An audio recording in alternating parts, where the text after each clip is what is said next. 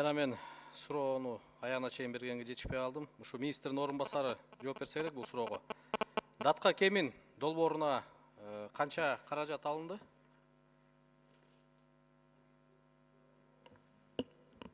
$389 миллион. Пайызы менен? Пайызы 2%, 20 жылдык мөөнөтү менен. Жок, ошол баш аягы канчаны кайрып беребиз? Мен канат кенди каныч, менде астында маалымат жок да, ошо канча пайыз чейин болот да, ошо суммасы ошо 20 жылдын ичинде. Макул, тиги бул жептин реконструкциясына алган каражатты электр станция ачык акционердик коомдун моюнуна илинет. Ал эми Датка кеминдики кайсы акционердик коомго? Сетигеби? Ооба, улуттук сетке. Неске. Несттин жетекчисине суроо. Жылына канча киреше берип атасыңар азыр?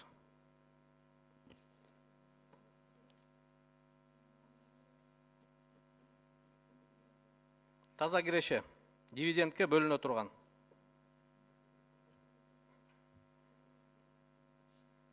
Кулуп Кыргызстан улуттук электр тармактары акционердик коомунун башкы директору. Жылына биздин ар кандай болуп атат жыл сайын эмеге жараша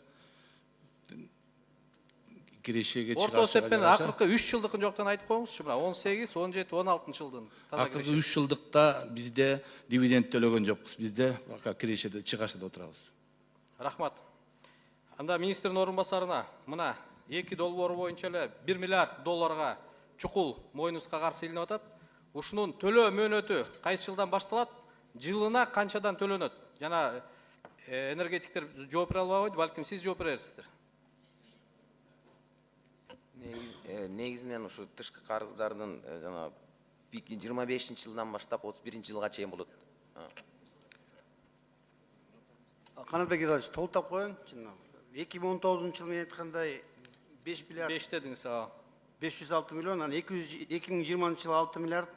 Ошентип отуруп биз 2025-жылы максималына 11 миллиард 68 миллион 680 миллион төлөйбүз.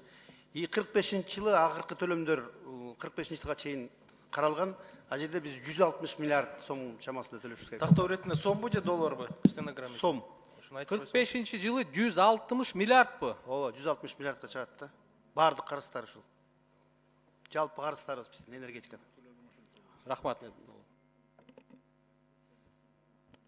Суроо тиги эсептөө палатасы сиз жооп берип коесузбу, жетекчиси?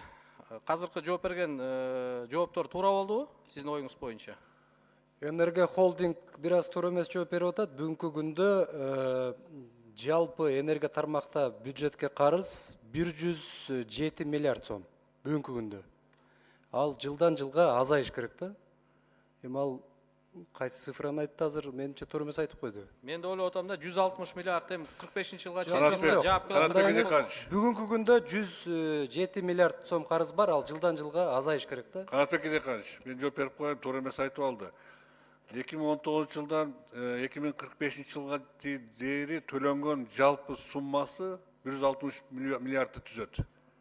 25-жыл 11 миллиард 680 миллион болуп, ошентип көбөйүп барып туруп, аягында бул жалпы суммасы экен. Мисалы 27-жылы канча болжол менен төлөнөт? Мен бул талкууга керек болуп атат да, бул азыр маалымат. 25-жылга чейин бар экен 11 миллиард 680 миллион. Ошо өсүп барып 11 миллиардка чейин барат экен да, жылкы Да. бир жылдык төлөмдө. Эң чокусу ошол 11 миллиард 680 миллион. Рахмат болду.